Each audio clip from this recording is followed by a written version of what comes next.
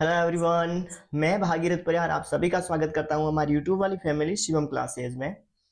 आज हम साइंस की सीरीज में हमने दो वीडियो कर दिए, दो टॉपिक किए हमने। अब तक सेल बायोलॉजी कर दिया है और नर्वस सिस्टम कर दिया है। आज हम करने जा रहे हैं रिप्रोडक्शन सिस्टम के बारे में। मैमल्स के अंदर, जो ह्यूमन के अंदर रिप्रोडक्शन सिस्टम होता है उसके बारे में हम पढ़ेंगे।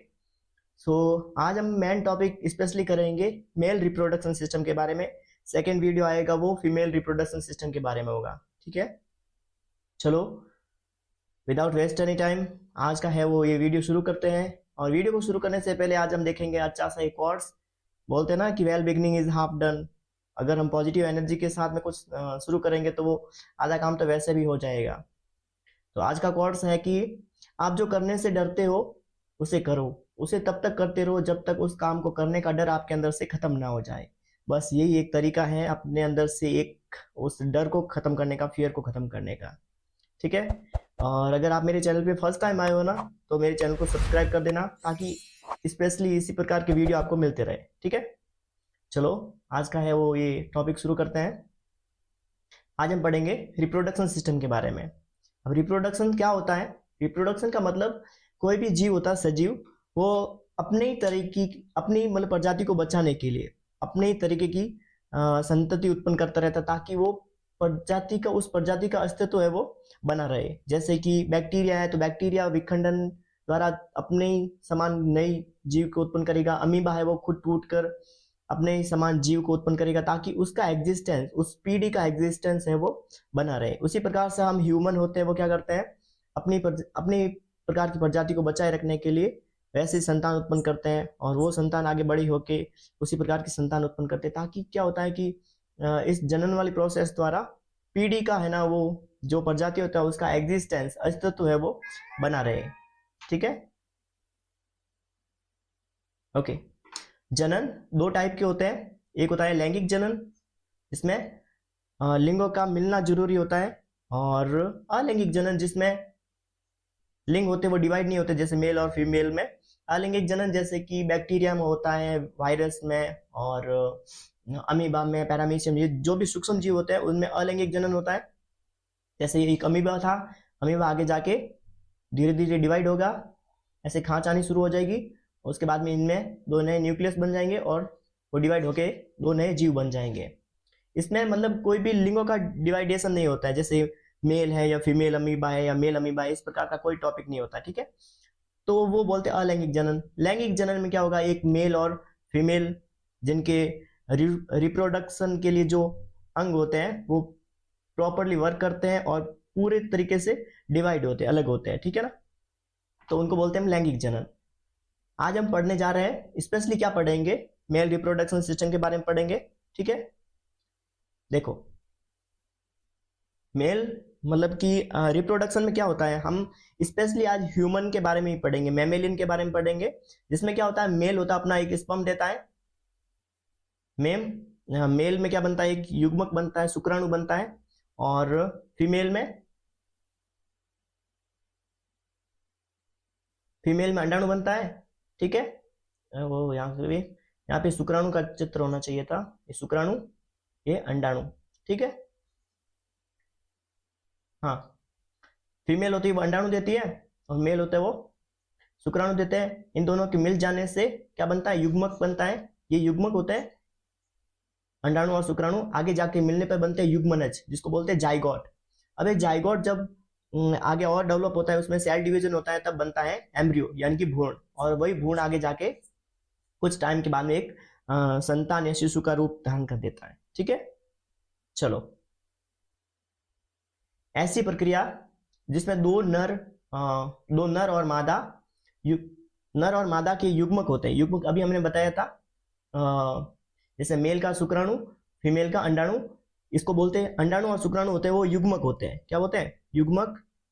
जब आपस में मिलते हैं तब बनते हैं युग्मनज, जिसको बोलते हैं जाइगोट का निर्माण होता है। और यही युग्मनज होते हैं वो आगे डिवाइड करते हैं, इनकी सेल डिवाइड करती है, उसके साथ में डिवाइड होने पे क्या होता है, वो भ्रूण का रूप ले लेते हैं, और भ्रूण आगे जाके कुछ टाइम के बाद में विकसित होता है और वो बच्चे का रूप ले लेता है। और इस प्रकार से युग्मकों का मिलना, युग्मक मतलब शुक्राणु और अंडाणु का मिलना क्या कहलाता है, फर्टिलाइजेशन। फर्टिलाइजेशन, निषेचन कहते हैं इसको, हिंदी में बोलते हैं निषेचन और इंग्लिश में बोलते हैं फर्टिलाइजेशन। ये वाली लाइन है ना, आप नोट कर देना कि फर्टिलाइजेशन किसको बोलते हैं, युग्मकों का मिलना, फीमेल और मेल का जो युग्मक होते हैं, शुक्राणु और अंडाणु, इन दोनों का मिल जाना फर्टिलाइजेशन कहलाता है। और फर्टिलाइजेशन के बाद में ही युग्मनज बनते हैं और युग्मनज आगे जाके भ्रूण का रूप लेते हैं और भ्रूण आगे जाके बच्चे का रूप लेते हैं। ठीक है, चलो अब मेन टॉपिक पे आते हैं। आज हम पढ़ेंगे मेल रिप्रोडक्शन सिस्टम के बारे में।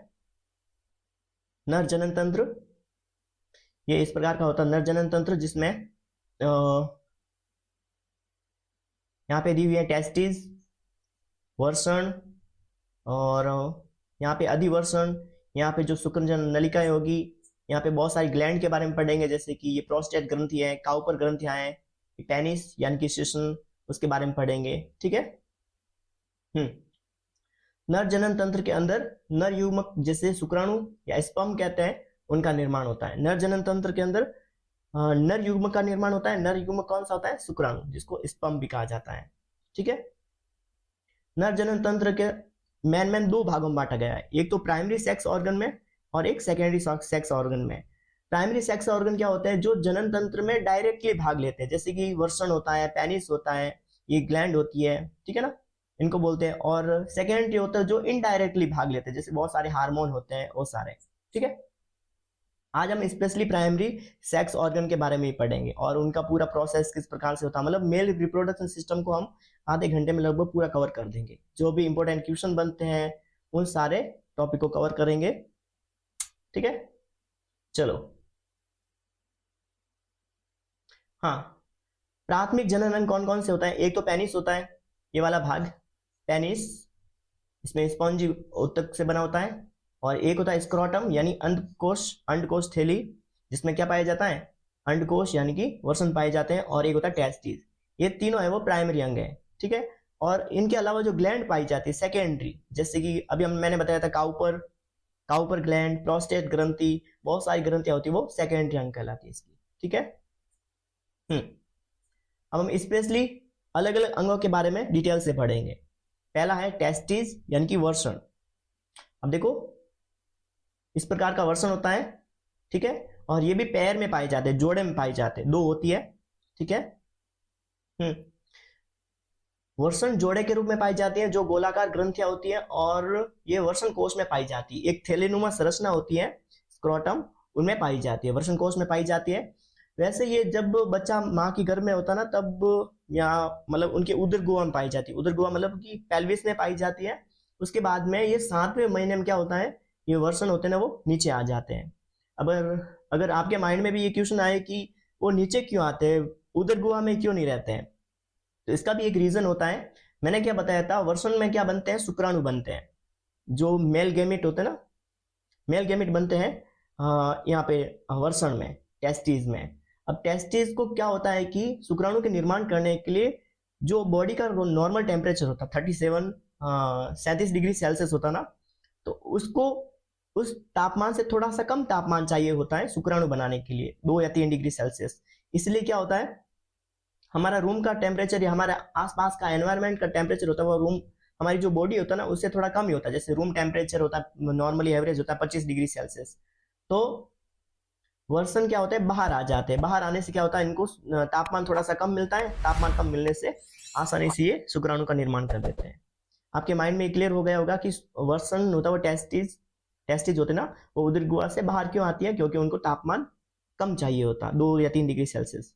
ये क्वेश्चन कई बार बना है, तो आप याद रखना कि वो बाहर क्यों आते हैं और कौन से महीने में आते हैं। ये 7वें महीने में आते हैं। जब गर्भावस्था की माँ के पेट में होता है बच्चा, तो 7वें महीने में क्या होता है, वो वर्षण होते हैं, वो बाहर जो वर्षण कोश थैली होती है ना, उस थैली में आ जाते हैं। ठीक है। वर्षण कोश होता है एक ताप नियंत्रण का कार्य करते हैं। वर्षण कोश क्या करता है, एक ताप नियंत्रण का कार्य करता है, वर्षण को तापमान कंट्रोल करने के लिए। ठीक है ना, वो थैला बना होता है, वो ताप नियंत्रण का काम करता है इसके लिए। 7वें माह में वर्षण होता है, उदर गुहा से वर्षण कोश में आ जाते हैं। जो थैलीनुमा संरचना होती है उसमें कौन से महीने में आते हैं? 7वें महीने में आते हैं। ठीक है। और ये वर्षण कोश होता है ना, उसका निर्माण होता है हमारी जो माँ की जो प्लेसेंटा होती है, गर्भ होता है ना, उस भ्रूण के मेसोडर्म सेल होती है, मेसोडर्म परत अलग, मेसोडर्म एक्टोडर्म अलग अलग परतें होती है। तो वसन कोष का निर्माण होता है वो मेसोडर्म से होता है। कौन सी लेयर से होता है? मेसोडर्म से, ये याद रखना आपको। और वर्सन कोष को यानी कि वर्सन को घेरे रखती है ट्यूनिका एल्बुजिनिया। ट्यूनिका एल्बुजिनिया नामक परत घेरे रखती है किसको? वर्सन को। और यही ट्यूनिका एल्बुजिनिया होती है परत आगे जाके उस वर्सन में घुस जाती है, ऐसे खांचे रूप में बना देती है, और वही खांचे होते हैं आगे जाके वर्सन कोष, वर्सन जालिका बनाते हैं। उसी में वर्सन जालिका में शुक्राणु का निर्माण होता है। ठीक है, चलो इसके बारे में हम डिटेल से पढ़ेंगे आगे। वैसे मैंने हल्का फुल्का बता दिया आपको। ठीक है, ये बात याद रखनी है आपको कि क्या करता है वर्सन कोष होता है, एक ताप नियंत्रण का काम करता है, क्योंकि इनको वर्सन को, टेस्टिस को 2 या 3 डिग्री सेल्सियस कम चाहिए होता है शुक्राणु बनाने के लिए। उसके साथ में ये 7वें महीने में उदर गुहा यानी कि पेट होता है ना, पेल्विस से वर्सन कोष में आ जाते हैं वर्सन। ठीक है, और ये याद रखना आपको कि जो वर्सन होता है ना वो कौन सी लेयर से बनते हैं? माँ के गर्भ में कौन सी लेयर से बनते हैं? मेसोडर्म से बनते हैं। मेसोडर्म, एक्टोडर्म, ऐसी बहुत सारी परतें होती है, तो मेसोडर्म से है वो टेस्टिस बनते हैं। उसके साथ में ट्यूनिका एल्बुजिनिया, ट्यूनिका एल्बुजिनिया ये लेयर होती है स्पेशल, ये याद रखना आपको कि कौन सी लेयर घेरे रखती है? Tunica albuginea. ये आगे जाके अलग अलग खांचे बनाती है, और वही खांचे होते हैं आगे जाके शुक्राणु का निर्माण करवाते हैं। ठीक है, तो देखो टेस्टिस का मेन काम क्या होता है? एक तो शुक्राणु का निर्माण करना टेस्टिस में। शुक्राणु आगे मैं बताऊंगा। स्पर्मेटोगोनिया एक सेल होती है, उसमें शुक्राणु का निर्माण होता है।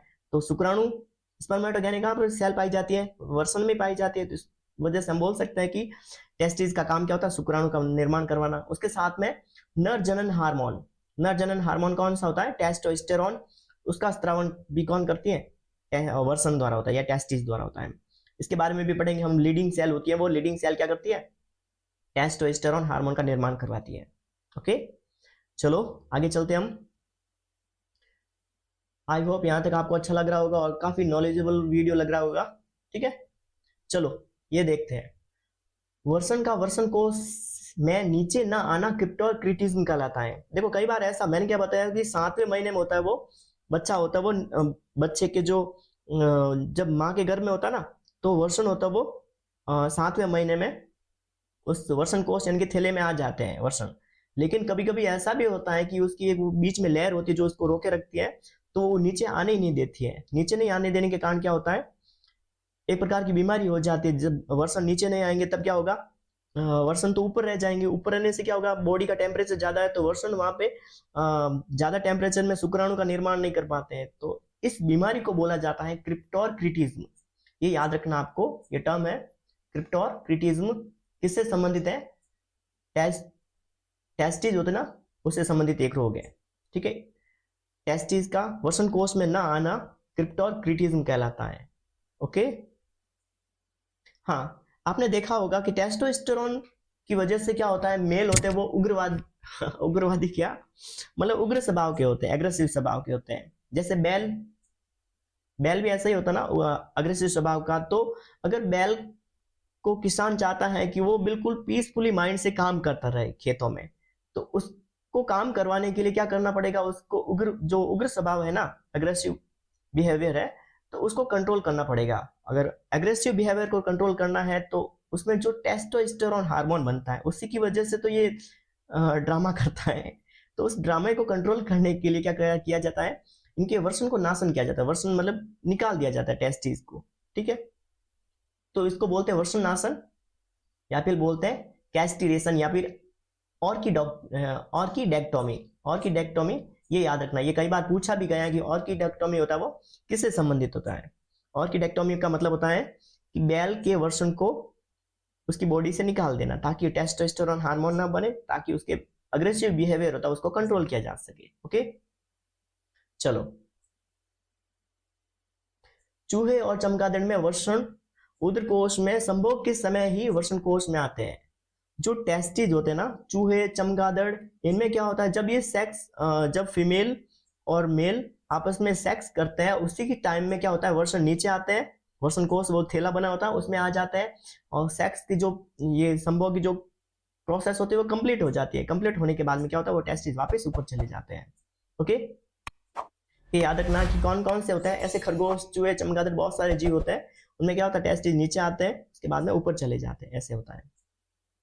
हाँ देखो, वातावरण का तापमान बदलने पर वर्षण होते हैं वो टेस्टिस, उदरगुहा और वर्षण कोश के मध्य स्थिति बदलते रहते हैं। जब सर्दी का मौसम आता है तो हमारे शरीर का टेम्परेचर थोड़ा सा कम होता है, जिसकी वजह से क्या होता है, टेम्परेचर कम होना चाहिए, वहां पे कम होगा, बॉडी का टेम्परेचर कम होगा, जिसकी वजह से क्या होगा, वर्षण भी क्या हो गए, ऊपर चले जाएंगे। क्यों ऊपर जाएंगे, क्योंकि उनको वैसे भी कम टेम्परेचर चाहिए होता है, तो ऊपर चले जाते हैं, गर्मी के मौसम में नीचे आ जाते हैं।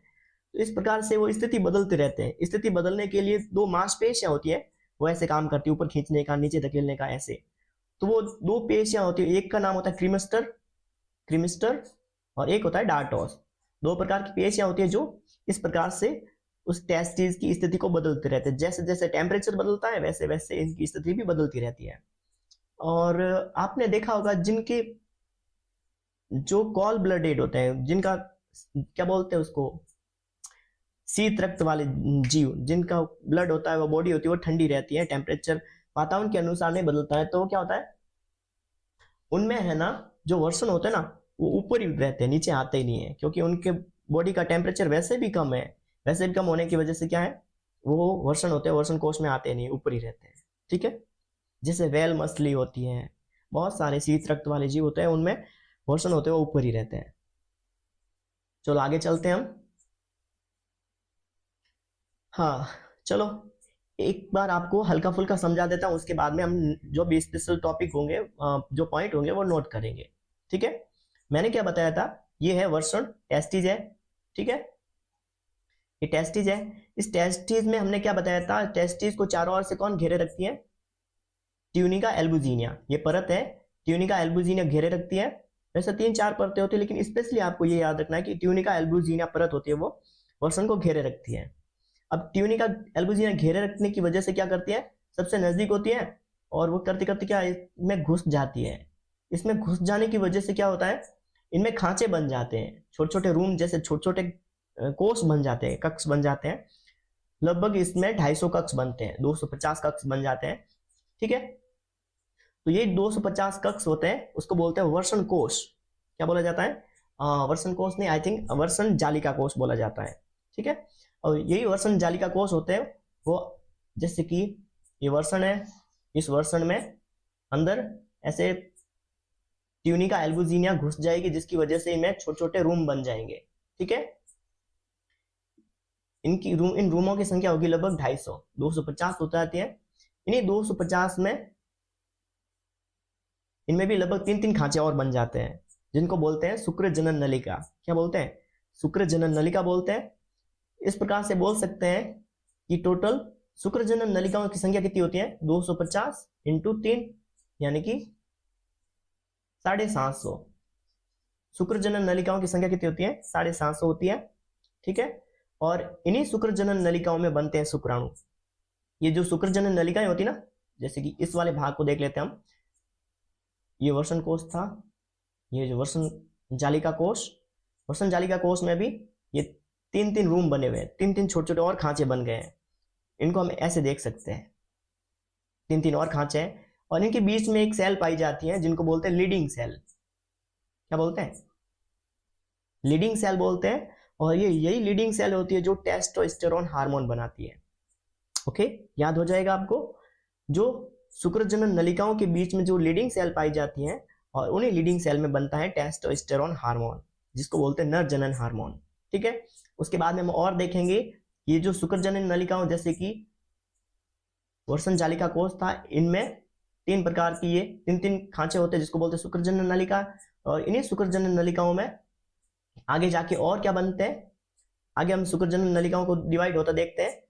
तो ऐसे, इस प्रकार से, ऐसे, इस प्रकार से, ऐसे, इस प्रकार की 2 टाइप की इसमें शुक्र जनन नलिकाओं में भी कोशिकाएं पाई जाती हैं। क्या पाई जाती है, कोशिकाएं पाई जाती हैं। एक को बोलते हैं सर्टोली सेल, और एक को बोलते हैं स्पर्मेटोगोनिया सेल। स्पर्मेटोगोनिया सेल का काम होता है शुक्राणु का निर्माण करना, और सर्टोली सेल का काम होता है जो शुक्राणु बनते हैं ना, उनको पोषण प्रदान करना। ठीक है, इनके बारे में हम और डिटेल से देखेंगे, लेकिन मैंने आपके माइंड में अभी हल्का फुल्का एक मैप बनाया है कि जैसे देखो ये टेस्टिस था वर्षण, इस वर्षण में ट्यूनिका एल्बुजिनिया घुस जाती है, एक परत होती है जो घुस जाने की वजह से लगभग 250 रूम छोटे छोटे कक्ष बना देती है, और इन्हीं कक्ष में ये 250 लगभग कक्ष होते हैं, इन 250 कक्ष में छोटे छोटे और खांचे बन जाते हैं जिनको बोलते हैं शुक्र जनन नलिका। शुक्र जनन नलिकाओं के बीच में ये जो शुक्र जनन नलिका है इनके बीच में पाया जाता है यहाँ पे लीडिंग सेल। लीडिंग सेल में टेस्टोस्टेरोन हार्मोन बनता है। अगर हम इन शुक्र जनन नलिकाओं को और खोल के देखें तो इनमें दो प्रकार की सेल पाई जाती है, एक होती है सर्टोली सेल और एक होता है स्पर्मेटोगोनिया सेल। स्पर्मेटोगोनिया, स्पर्म, शुक्राणु, ऐसे ही आपको याद हो जाएगा कि शुक्राणु का निर्माण कहाँ होता है, स्पर्मेटोगोनिया सेल में। और सर्टोली सेल पाई जाती है। सर्टोली सेल का काम होता है जो शुक्राणु का निर्माण होता है ना, उस शुक्राणु को पोषण प्रदान करना। ठीक है, चलो आगे चलते हैं। आगे चलने से पहले हम देख लेते हैं कि एक बार और समझा देता हूं। यहाँ पे जैसे देखो ये जो स्पर्मेटोगोनिया है सेल है, ठीक है, इस सेल में अगर निर्माण हो जाता है शुक्राणु का तो वो शुक्राणु जाएंगे कहाँ पे, इसमें रहेंगे शुक्रजनन नलिका में। शुक्रजनन नलिका कहाँ पे, इसमें कोष में, मैंने बताया था 250 लगभग कोष होते छोटे छोटे। ठीक है, अब यही कोष होता है, ये जैसे मैंने बता दिया, ये देखो ये कोष है, इन कोष में से छोटी छोटी नलिकाएं निकलती हैं जो आगे जाके रेटेटेस्टी यानी कि बहुत बड़ा एक नलियों का जाल बन जाता है। उस जाल में वो सारे शुक्राणु को छोड़ देती है और सारे शुक्राणु आगे जाके वासा इन्फ्रेंसिया, वासा इन्फ्रेंसिया होता है, वहां पे एक लंबी सी नलिका बन जाती है मिक्स होके, वासा इन्फ्रेंसिया बोलते हैं। और वासा इन्फ्रेंसिया से आगे वाला भाग जुड़ता है एपिडेमिस से। एपिडेमिस यानी अधिवर्षण। और ये आपको याद रखना है कि जो शुक्राणु बनते हैं ना वो स्टोर होते हैं हमेशा अधिवर्षण में यानी कि एपिडेमिस में। ठीक है, फिर जब भी जरूरत होती है शुक्राणु की या फिर जब भी मेल और फीमेल के बीच में सेक्स जो भी संभोग होता है तो उस टाइम क्या होता है, शुक्राणु होते हैं वो बाहर निकलते हैं। बाहर निकलने के लिए यहाँ पे पहले अधिवर्षण में यानी कि एपिडेमिस में स्टोर रहते हैं, जब भी इनको जरूरत होती है तब बाहर आगे के रास्ते में भेजा जाता है। जैसे अधिवर्षण में था, अधिवर्षण के आगे जाती है एक शुक्र जनन नलिका, आगे खुलती है शुक्र जनन नलिका में। ठीक है, शुक्र जनन नलिका से होता हुआ आगे जाता है, आगे मैं लेके चला जाता हूँ। यहाँ पे एक जैसे नलिका आ गई, नलिका आने के बाद में यहाँ पे एक शुक्राशय होता है जहाँ पे और भी शुक्र जनन रस बनता है। ठीक है, वो क्या करता है, शुक्राणु को एक्टिवेट करता है। यहां तक देख लेना आपको, यहां तक आपको याद रखना है कि क्या होता है कि शुक्राशय तक आने तक शुक्राणु होते हैं वो बिल्कुल एक्टिवेट नहीं होते हैं, डिडएक्टिवेट होते हैं। ठीक है, कोई क्रिया नहीं करते, कोई गतिशील नहीं होते। लेकिन शुक्राशय का जब रस मिलता है तब वो क्या होता है, क्योंकि शुक्राशय में फ्रक्टोज पाया जाता है और फ्रक्टोज से एनर्जी मिलती है, एनर्जी मिलने से क्या होता है, शुक्राणु एक्टिवेट हो जाते हैं।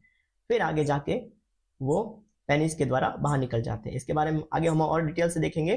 इससे पहले हम इसको थोड़ा सा क्लीन कर देते हैं। ठीक है, हे भगवान,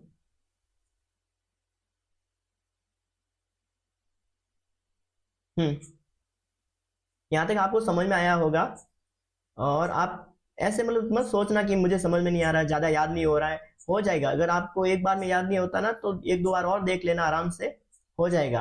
क्योंकि एक ही वीडियो में मैं आपको जितने भी इंपॉर्टेंट टॉपिक, जो भी पॉइंट बनते हैं, जो भी एग्जाम के टर्म से, अगर आप स्कूल में हो तो और अगर आपकी क्लास में भी ये टॉपिक है तो ये कवर हो जाएगा। ठीक है ना। और बहुत ही मैंने कंबाइंड लेवल से देखा है कि मैंने बहुत सारे ऐसे वीडियो देखे थे जिसमें मतलब कहीं पे लैंग्वेज की प्रॉब्लम होती है तो कहीं पे जो पढ़ाने का तरीके से, तो मैं किसी की बुराई तो नहीं कर रहा हूँ, फिर भी आप आराम से देख लेना और मुझे से आपको याद हो जाएगा और समझ में आ जाएगा। लेकिन जितने भी मैंने इंपॉर्टेंट फैक्ट बनते हैं एग्जाम के टर्म से, ठीक है, तो वो सारे कवर करवा दिए हैं।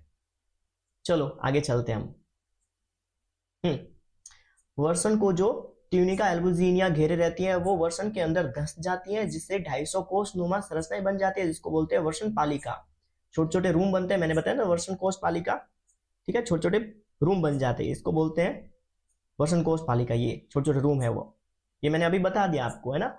कौन सी झिल्ली आगे धंसती है वो होती है ट्यूनिका एल्बुजिना, ये आपको याद रखना है।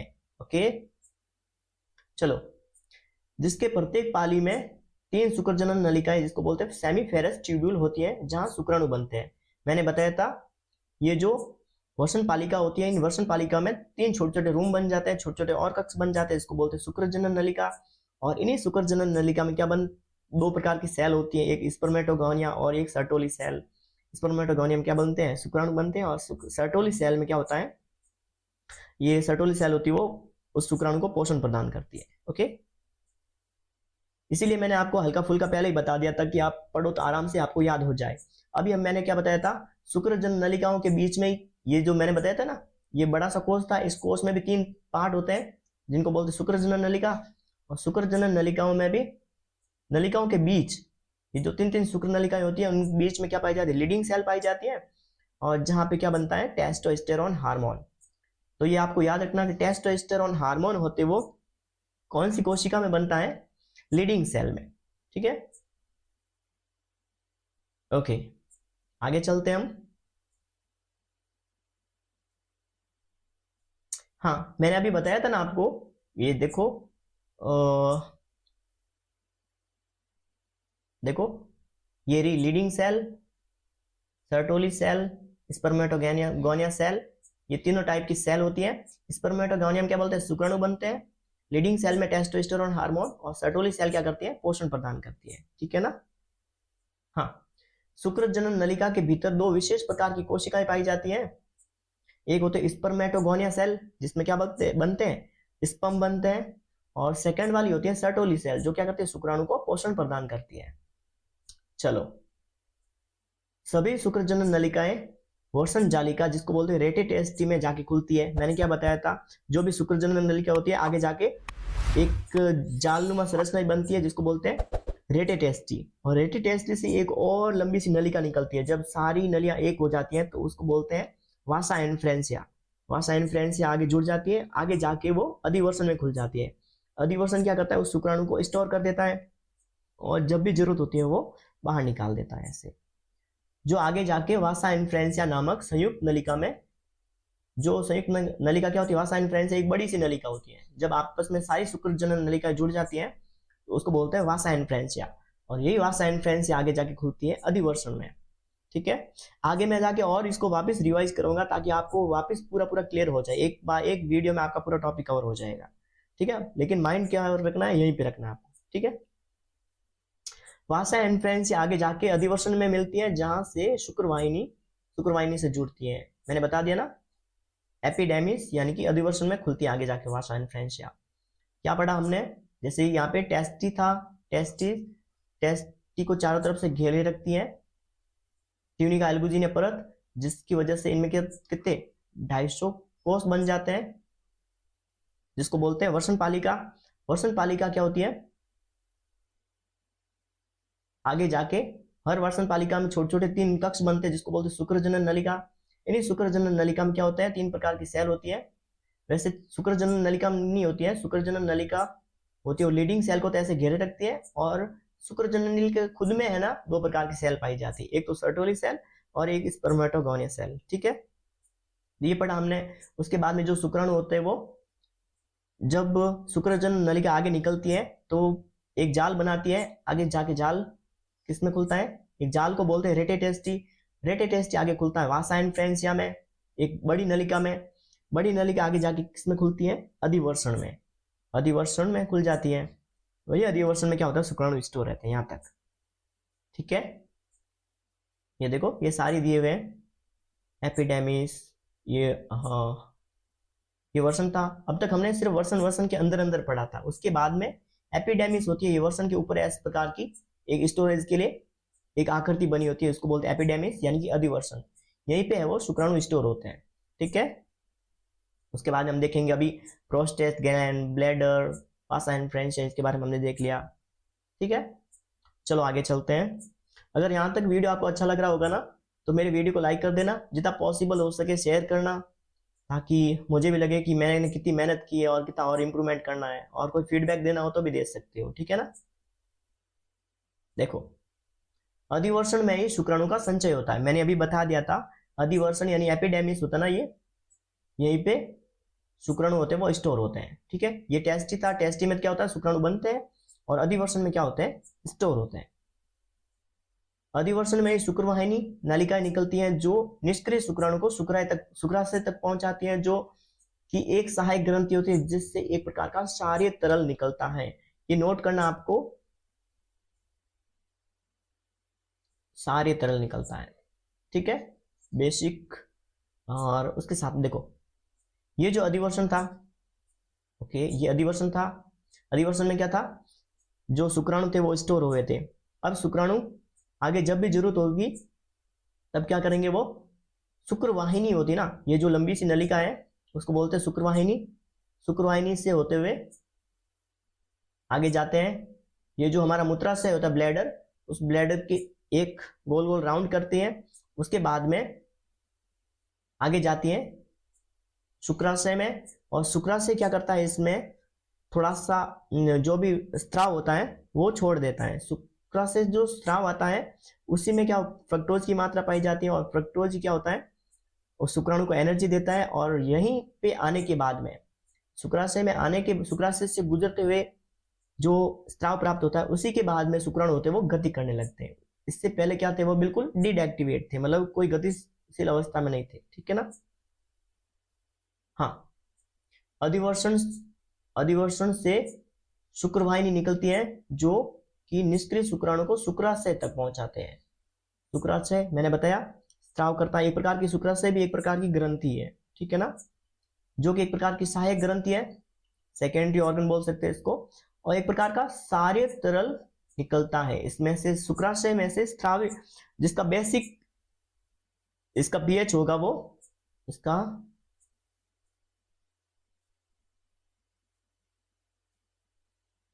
हाँ, इसका पीएच होगा वो 7 से ज्यादा ही होगा। ठीक है ना।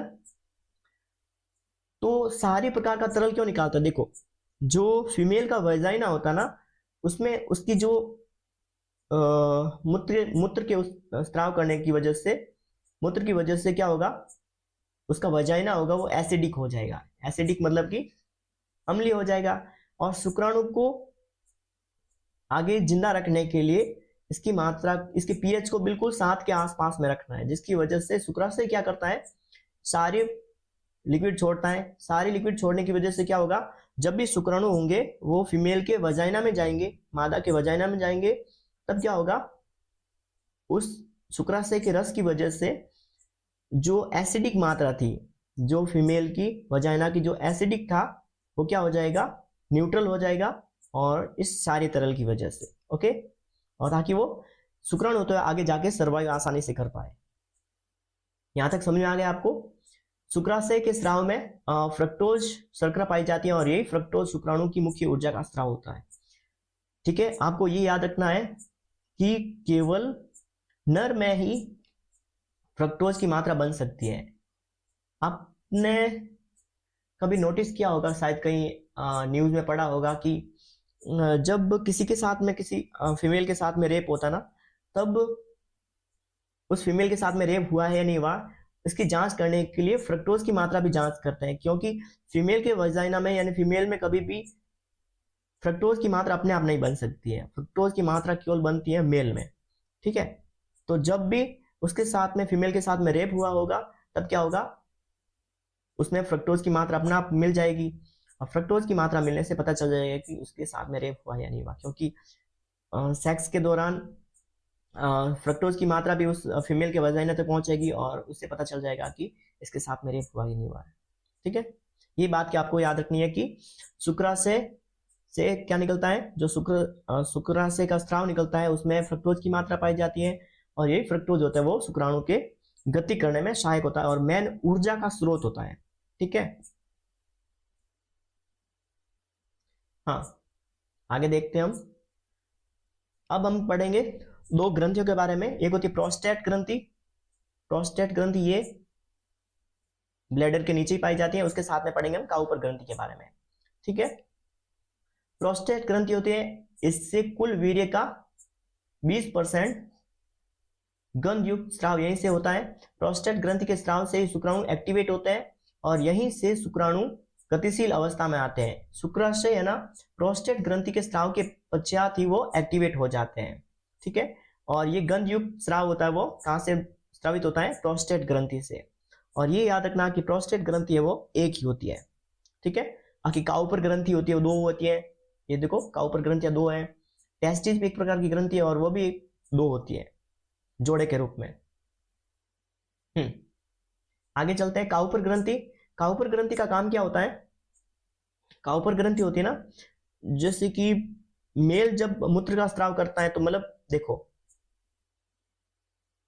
यहां तक तो हम देख सकते हैं कि जब तक शुक्राणु है वो इस ब्लैडर वाले मार्ग तक, ये मतलब मूत्र मार्ग तक नहीं आते, तब तक इनका रास्ता अलग अलग होता है। यानी कि मूत्र के लिए अलग मार्ग होता है और जो टेस्टोस्टेरोन हार्मोन होता है उसका स्राव या वीर्य का स्राव के लिए अलग मार्ग होता है। लेकिन निकलते कहां से? एक ही भाग में से निकलते हैं ना, पेनिस में से।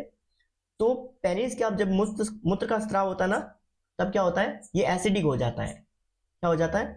अम्लीय हो जाता है। इस अम्ल की अम्लता को कम करने के लिए भी काउपर ग्रंथि हेल्प करती है। उसके साथ में जो फीमेल का वजाइना होता है ना, उसमें पेनिस को आसानी से ले जाने के लिए काउपर ग्रंथि होती है, एक प्रकार का चिपचिपा प्रकार का पदार्थ का स्राव करती है। ठीक है, तो काउपर ग्रंथि एक जोड़ी होती है और प्रोस्टेट ग्रंथि के पीछे होती है। ये प्रोस्टेट ग्रंथि इसके पीछे पाई जाती है और ये मादा की योनि को चिकना बनाने के लिए चिकने तरल का स्राव करती है। ठीक है, ये काउपर ग्रंथि का काम होता है। ओके, अब हम वापस इसको रिवाइज कर देते हैं, हमने कौन कौन से रास्ते में से गुजरे हैं। सबसे पहले हमने देखा था यहाँ पे वर्षण था। ठीक है, वर्षण में से, वर्षण के आगे खांचे बने थे, किसकी वजह से? ट्यूनिका एल्बुजिनिया की वजह से। ट्यूनिका एल्बुजिनिया क्या करती है? उनके खांचे बना देती है और उसको बोलते हैं वर्षण, वर्षण पालिका।